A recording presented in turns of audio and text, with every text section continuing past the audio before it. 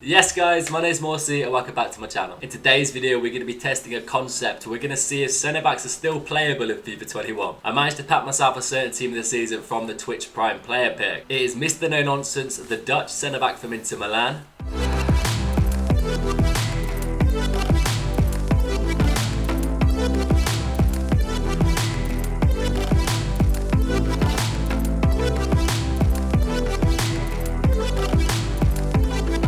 Yes lads, finally we are trying out an actual centre back, no more right back or left backs. Been spamming them uploads. We are trying about an actual centre back. They do exist, guys. As you can see, I've played 5 games. They are all the matches you're going to see in today's video. But the man is 6'2", medium high, right footed, 2-star skills and 4-star weak foot. So having 4-star weak foot is nice for a centre back. It gives me a bit more faith playing out on his weaker foot. The 5 matches, obviously I didn't score a goal. That's a little spoiler, but it's fine, boys. We're mainly testing out his defensive capabilities. Moving over to the man's attributes, we gave him a shadow chem style, which means his pace goes up to the high 80s, which is pretty solid for a defender. Passing stats are nice, 94 short pass and long pass, which is nice to have in the locker. Dribbling wise, the reactions are incredible, and that is really nice. Same with the composure. Hopefully the man can react to the ball. The agility and balance aren't anything to really shout about, especially with the fullback playing centre back meta at the moment. A lot of those guys have like maxed out agility and balance, but I'm hoping the reactions and the composure can carry this man in the defence. In regards to the actual defending stats,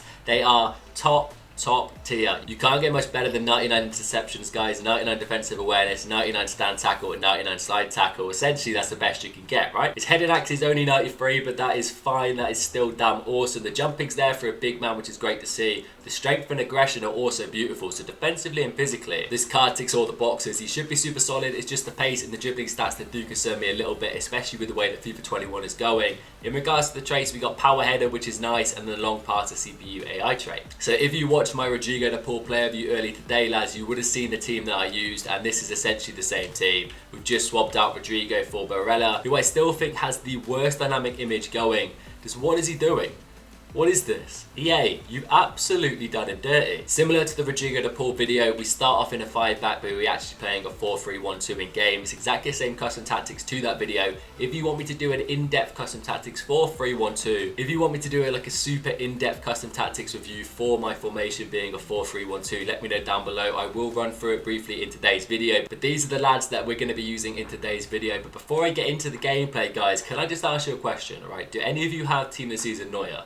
Is it just me? He makes some incredible saves, but then there's some times where he's an absolute dirt. So price-wise, we're looking roughly 90 to 110k, which is somewhat cheap, but it's actually a little bit on the premium side for Serie A team of the season. There's definitely cheaper cards currently available. So that's making me think maybe he's going to be pretty solid in game immediately. So custom tactics, we're rocking the press after possession loss, 5 width and 7 depth. In regards to how we're lining up in game, Tapsoba and De Vrij are the 2 boys in the middle, and Babu Hernandez either side. Kaka and Coutinho are going to be our 2 strikers. Kaka will be substituted at the start of the game for Mbappe, and one of those guys, immediate impact sub straight away. Amiri's in the little pocket in the cam roll, and then we got Barella, Vieira and Lazaro holding down the midfield. And that midfield 3, by the way, is so solid. Lazaro as a centre mid, beautiful scene. So guys, we're going to waste no time and hop into some FUT Champs games. I want to win 4 games in a row. That is the aim. That'll push us up to 10-0 in today's weekend league. And I compile all the clips into a little montage, truly test out De Vrij, every aspect of his game, see if he can hang amongst some of the insane fullbacks like Babu and Lazaro, and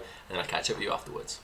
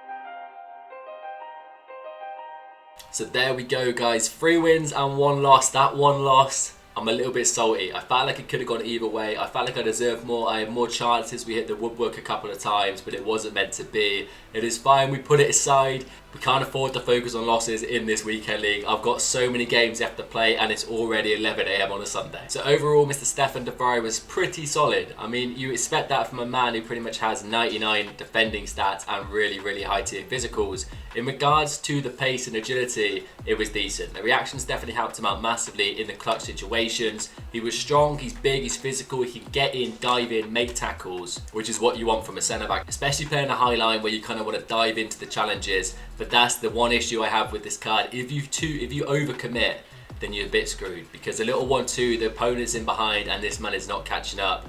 However, there was one clip in that little montage where he managed to catch up with, I'm not sure who it was he was marking, but the pace was decent, and once he's in front of the defender and he's got, his back in front of him, there's no getting past him. The man is an absolute brick wall. But it is that kind of, you've got to be sensible defending with him. You can't overcommit, you can't lunge into a challenge that is a bit out of his depth, because he's going to be punished. So he's definitely playable. He's a centre-back that can compete against some of the fullbacks playing in his own position.